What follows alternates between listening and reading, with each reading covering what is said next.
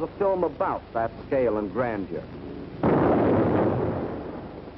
This is a film about that military achievement. This is a film about a people who for all time shattered the legend of Nazi invincibility. This is a film about victory and defeat. German victory and German defeat. This is the battle for Russia, a battle that has been going on for centuries, a battle that fills the pages of Russian history. 1242.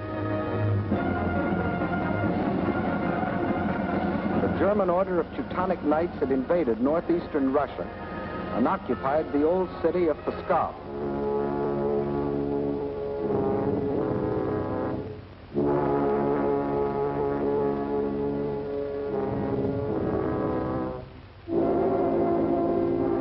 Under the leadership of their Grand Master, von Bock, they threatened to enslave the whole population of that area, including the capital, Novgorod.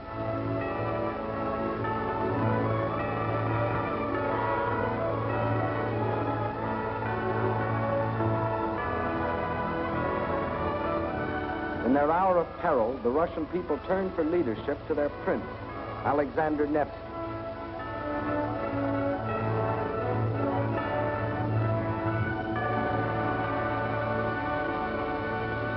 And on April the 5th, 1242, on Lake Peipus, the Russians met the might of the German forces.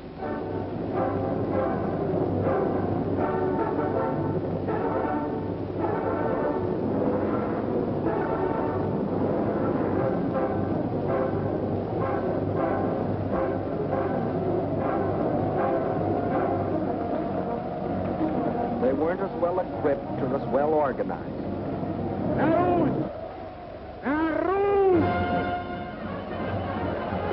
But in their hearts was a flaming courage, a flame so fierce that it pierced the German army.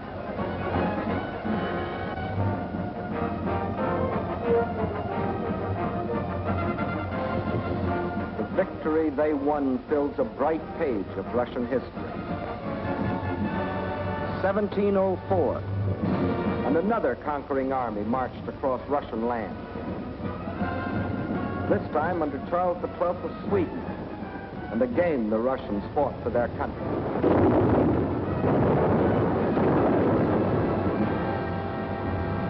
Led by their emperor, Peter the Great, after 5 long years of war, they defeated the Swedes in the historic Battle of Poltava.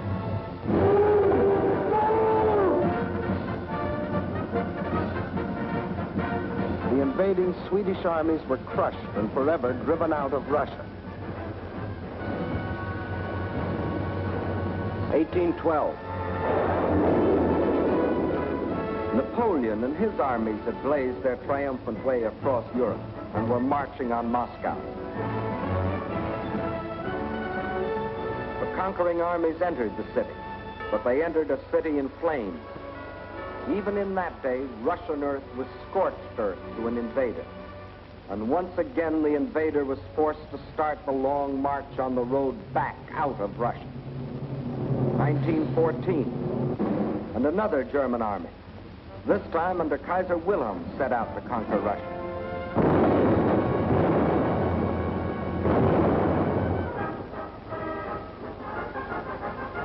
This time, the Russian people, under the regime of the Tsar, were not only fighting German guns, but oppression and corruption in their own country. And only the ultimate collapse of Imperial Germany saved Russia from losing the Ukraine and the Crimea, which the Germans had occupied in 1918. Yes, for 700 years, the Russian people have had to fight to defend their land against would-be conquerors. Why? Why have all these attempts been made to conquer Russia? Perhaps Russia itself can provide the answer. Here it is, 1/6 of the Earth's surface, reaching from east to west nearly halfway around the world. and southward from the North Pole to the borders of India. One country of 9 million square miles. That's our own country 3 times over, or all of North America and 1 million square miles to boot. The sun never sets on Russia. When it is dusk on its western borders facing Europe, it is already dawn on its eastern borders facing the Pacific.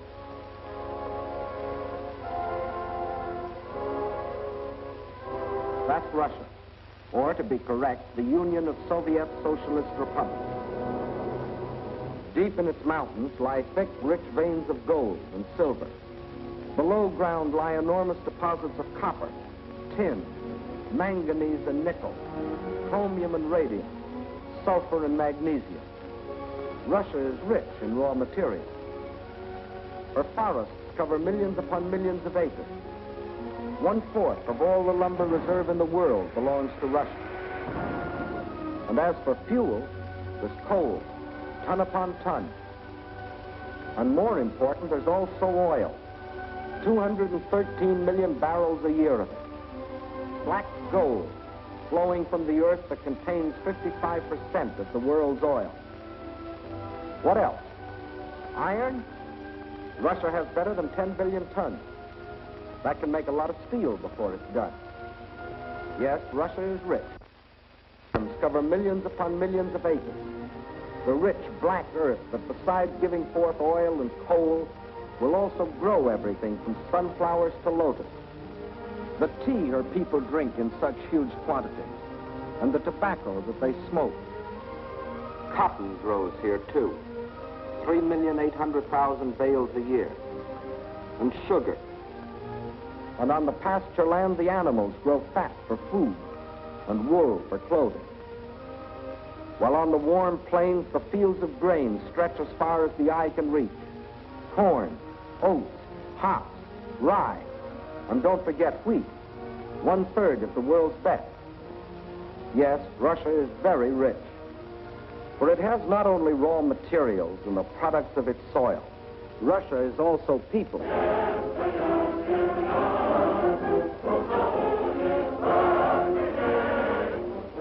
193 million people.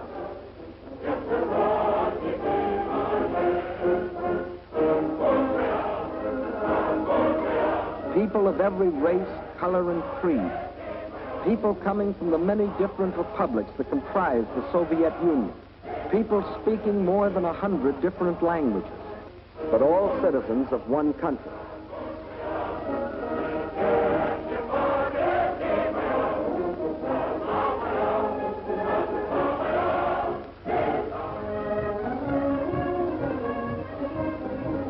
Whether they are the great Russians, the descendants of the first settlers of this vast area, and for 1,000 years its main population, or Cossacks, the famous horsemen from the open plains of the Don River Valley.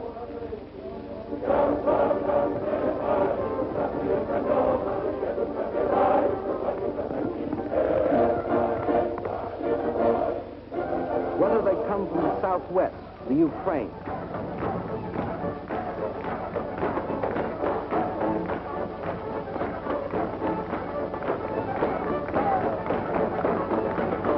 here in the breadbasket of the Soviet Union live the Little Russians, better known as Ukrainians, and beside them the Moldavians and Bessarabians.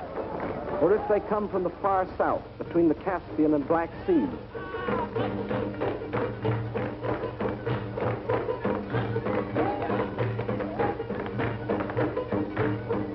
where we find the Armenians and the Georgians, the Ingush, the Cherkasses, rugged as the high peaks of their native Caucasian mountains.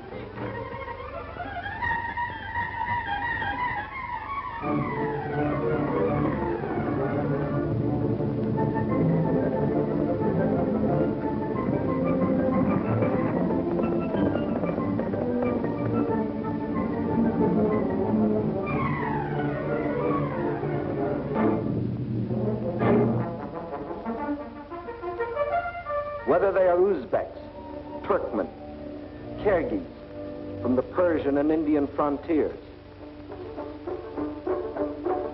or Mongols,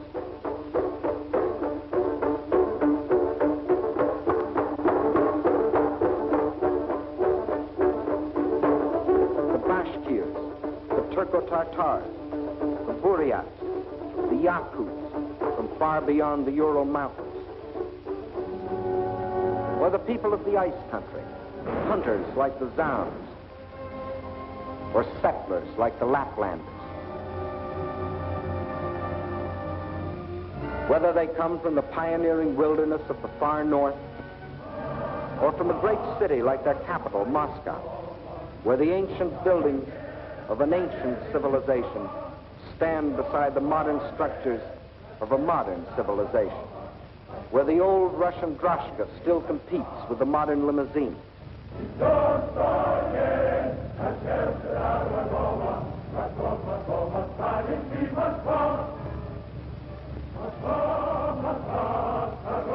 Whether they work in factories or as soldiers, whether they are bricklayers or traffic cops, sailors or riveters, school children or farmers, nurses or engineers, window washers or sales girls, housewives or postal clerks, radio announcers or stewardesses, scientists or typists, musicians or ballerinas.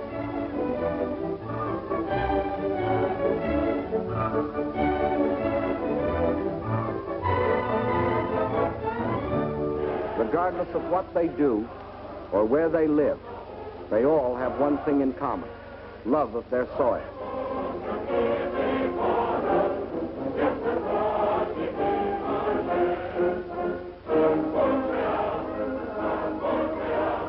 That is Russia. Size, the largest country in the world. Raw materials, unlimited. Manpower, 193 million. These are the three reasons why every conqueror in history has wanted Russia. And these are the reasons why the modern would-be conqueror wrote, "When we speak of new territory, we must think of Russia. Destiny itself points the way there." Yes, as we have seen, Germany's spirit of aggression was handed down from generation to generation. And now, in Hitler's Germany, the dream was world conquest. To such a dream, there could be only one answer: collective security. So, with this objective, in 1934, the Soviet Union joined the League of Nations. Again and again before the League, its representatives urged binding agreements to support by collective action any nation submitted to attack. The state I represent entered the League with the sole purpose of the maintenance of indivisible peace. The League of Nations is still strong enough by its collective actions to avert or arrest aggression. There is no room for bargaining or compromise. But while some members of the League were pleading vainly for the use of collective force to stop aggression, the world saw other members, Germany, Italy, Japan, withdraw from the League to follow the path of aggression. Manchuria, Ethiopia, then Hitler invaded Austria, Czechoslovakia, and in 1939, Poland.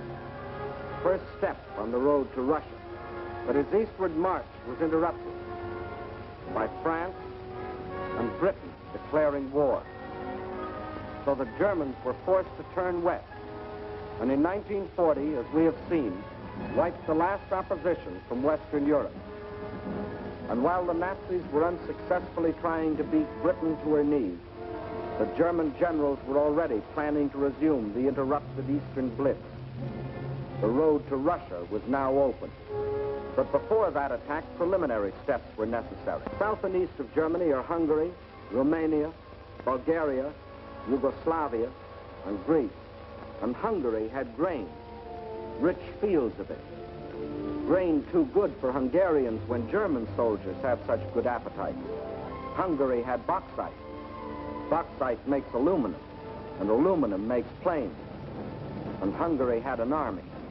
Not the battle-trained German army, but good enough to throw against Russian guns. Romania had not only grain, but oil.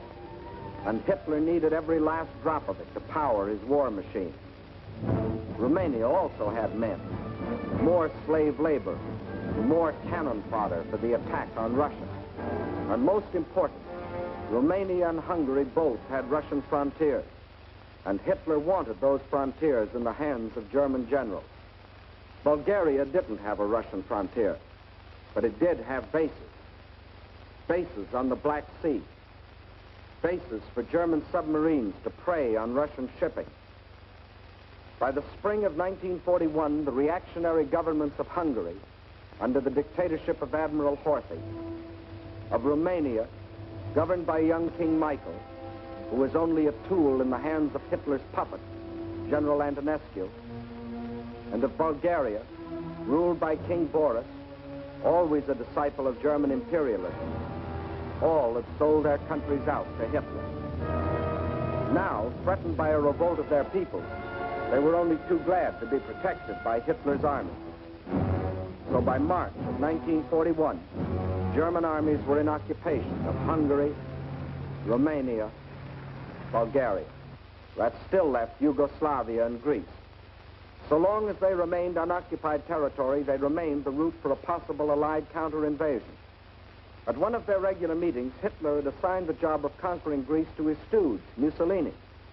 The stooge was delighted. Here was his chance to prove to his people that he too was a conqueror. But he was wrong. Perhaps the uniforms fooled him. Something did. For after the fascist legions had blitzed on one cylinder this far into Greece, the Greeks, in a brilliantly conducted mountain campaign, drove the Italians back and invaded Albania. Hitler was enraged. The failure of his stooge to protect his southern flank was delaying the attack on Russia. He sent a final ultimatum. For the Yugoslavs and Greeks, it was surrender or else. But the Yugoslavs and Greeks come from a long line of fighting men. Nazi slavery didn't appeal to them.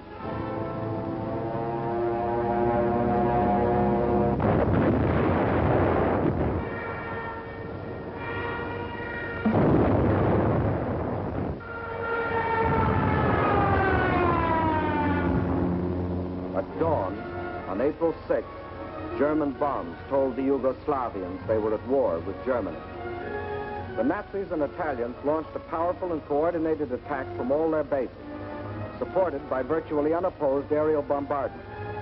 The conclusion was inevitable. Although resistance was determined, the Yugoslav army was cut up into many small segments and captured. The war in Greece also began on April 6th. There, in spite of fierce and valiant resistance by the Greeks and the British who had come to their aid, the Germans, overwhelmingly superior in both numbers and equipment, forced their way past the Bistritsa River, Mount Olympus, the famous passage of Thermopylae. And by the end of April, the swastika flew over the ancient city of Athens. The conquest of the Balkans was now complete. The whole force of Nazi might could now be turned loose on Russia. There was no time to waste, for time was Russia's weapon. Their industries, so recently built and which, like our own, were designed for the ways of peace, were converted for war. Instead of steel for plows and tools, steel for shells and guns. They knew their industry could never produce enough to equip them adequately for the titanic struggle. But what they could produce, they would. At the same time, the army began to grow. More and more men were called up to be trained, hardened, drilled, prepared to defend their land.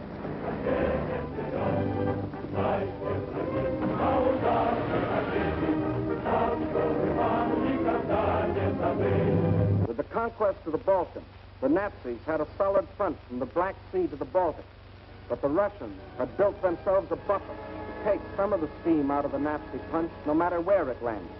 But where would it land? When the blow came, it was from 5 different directions, and from the north, 1 extra, just for luck. That was the big day.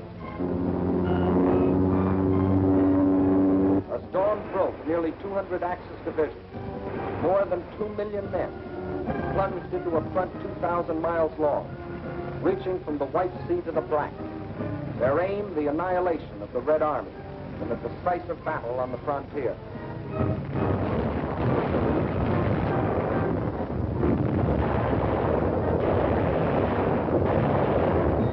offensive started along the whole length of the front. It was concentrated on three main objectives: Leningrad, Moscow, and Kiev, the capital of the Ukraine. In the first 30 days, von Lieb's forces drove to within 125 miles of Leningrad, while the Finns under Mannerheim, supported by the Germans, began a drive from the north to encircle the city. In the center, von Bock's army plunged 480 miles into Soviet territory. One Russian city after the other was overrun by the invaders.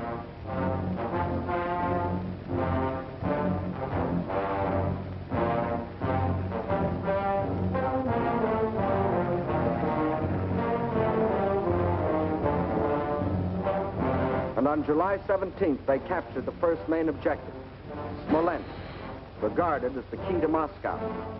Simultaneously, in the south, von Rundstedt's forces cut deep into the Ukraine. This was blitzkrieg at its best. The world gave Russia another 6 weeks, and the Germans issued a communique. The issue in the east has already been settled. Smolensk is the last halt on the road to Moscow. But then a strange thing happened. For the first time since the mighty German army started its career of blitz, smashing into submission one European country after the other, that same German army came up against a country that did not submit. Despite the fact that Hitler's army swept deeper and deeper into the Soviet Union, and by October the 15th stood practically within the shadows of the Kremlin, despite the fact that the Soviet government and all foreign missions were forced to move to Kuibyshev 700 miles to the east, despite Hitler's triumphant pronouncement, I can say that this enemy is already broken and will never rise again. Despite the fact that by December, 500,000 square miles of Russian territory, an area equal to the entire Middle Western United States, had fallen to the invaders. Yes, despite Russia's loss of her best agricultural areas, her most thoroughly developed industrial plants, millions of her people, thousands of her tanks and her planes, despite everything, those 6 weeks had lengthened into nearly 6 months, and the dread Nazi blitz had spluttered, stumbled, and finally died. What had happened here? Let's try to analyze it. First, in this titanic struggle, not only two armies, but two fighting methods and two strategies came face to face. The German strategy was based on the well-tried Keil and Kessel, or wedge and trap maneuver. One wedge would be driven deep into the enemy territory to hook up with another spearhead driven through to meet it. In the trap thus formed, the victim would be pocketed for annihilation. The German plan in every campaign was to seek a decisive battle at the moment of invasion. A single blow must destroy the enemy without regard for losses. A gigantic, all-destroying blow. Remember the campaigns you have already seen in these films. Poland. The Poles concentrated on their borders. The Blitz broke through. 18 days finished Poland. France. The Allied strength on the borders. The breakthrough at Sedan. And the issue of France was settled. The Balkans. The Yugoslavians rushed to the border. The breakthrough came, and in 12 days, Yugoslavia was gone. The Germans planned the same blitz against the Russians. But the Russians had developed their own strategy, one to take full advantage of the vast area of their land. The Russian strategy was a defense in depth, line after line, far back into the interior.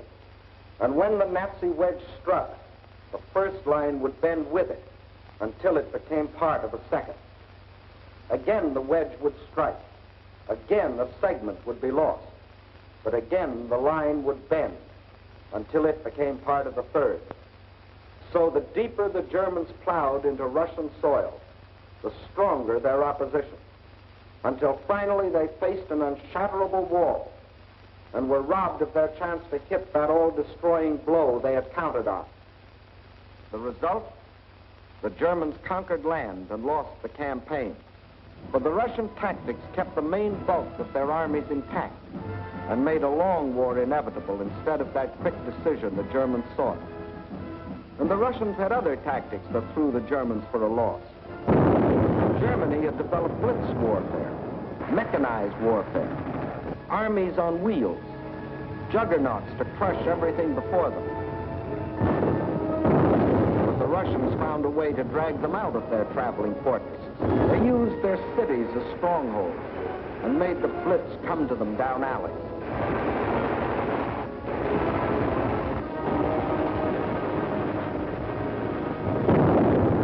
The more a city was bombed, the more impassable it became to the German panzers. They made the names of these Russian cities as familiar to us as the names of towns in the next county. Rostov, Kharkov, Kiev, Kursk, Smolensk. City after city standing in the path of the Nazi blitz. The Red Army had found a way to make their cities of great strategic importance. Odessa, scene of an heroic siege of more than 2 months, held up the whole Nazi thrust into the Crimea. Sevastopol, which resisted every attempt of the Germans to break through. Here, for 8.5 long months, the Russians fought for the town, inch by inch, barring the Germans from the great Black Sea naval base located there. And finally, when the Germans entered the town, each district was defended street by street. Each street house by house.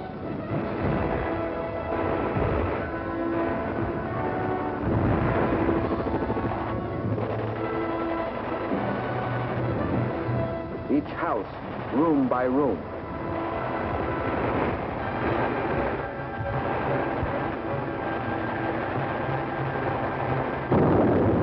The Russians knew their cities would be demolished, but their objective was not to save cities, but to destroy Germany. A high price to pay for a copy of Mein Kampf. So the Germans were forced out of their armored shells to fight and to die in the hand-to-hand combat they thought they had abolished. There was another item the Germans had overlooked. They overlooked people. And generals may win campaigns, but people win wars. And on that fatal June 22nd, when the Russian people first learned of the invasion of their country, their grim faces told of their determination to fight and to die, but never to surrender. They knew this wasn't a question of who occupied what piece of land. This was a question of life or death. This war is not an ordinary war. It is the war of the entire Russian people, not only to eliminate the danger hanging over our heads, but to aid all people groaning under the yoke of fascism. So the alarm was spread to factory and farm. And from every Russian town and village, men poured forth to answer the call. From now on, one thing mattered and one thing only: victory. Total war meant total mobilization. Not war just for soldiers, but war for everyone. Young or old, male or female, made no difference. Age had nothing to do with it. If you were only 12 years old, there was work for 12-year-olds to do. Sex had nothing to do with it. If you could hold a rifle, you were a soldier. If you could turn a lathe, you were a soldier. If you could harvest the fields, you were a soldier. If you could handle a locomotive or pilot a ship or guide a tractor, you were still a soldier. For everything you did was part of that total war.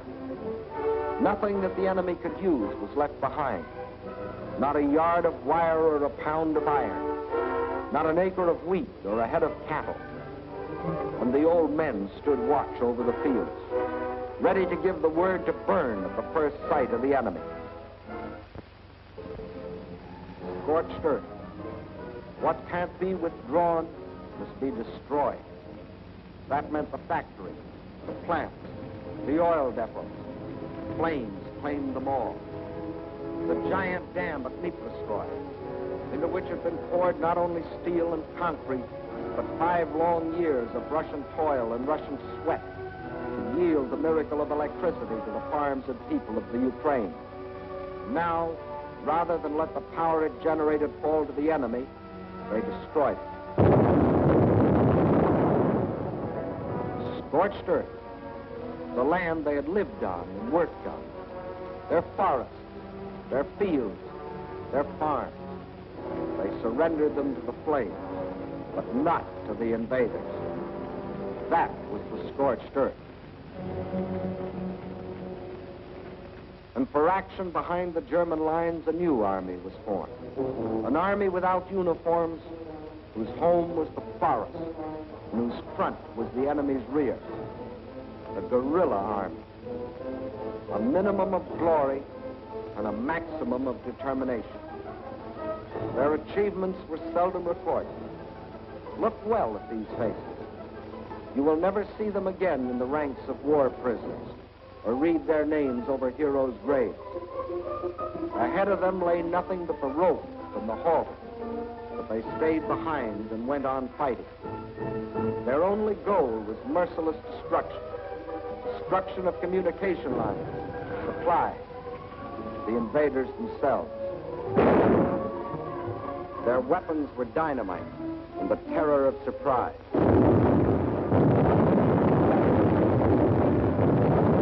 They asked for no mercy, and they gave none.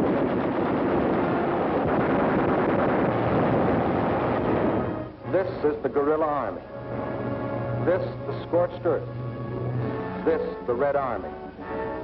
These, its leaders. These are the reasons why, although the Germans conquered land, 500,000 square miles of it, it was just land, barren land, scorched land. These are the reasons why, after 5.5 months of blitz warfare, after coming within sight of their goal, the Germans were stopped at the very gates of Moscow. These are the reasons why, although Hitler had sworn that before December the swastika would fly from the Kremlin towers, December had come, but it wasn't the swastika that flew over the Russian capital. And it wasn't the Nazi conquerors who marched through the streets of the ancient city, but fresh reserves of the Red Army,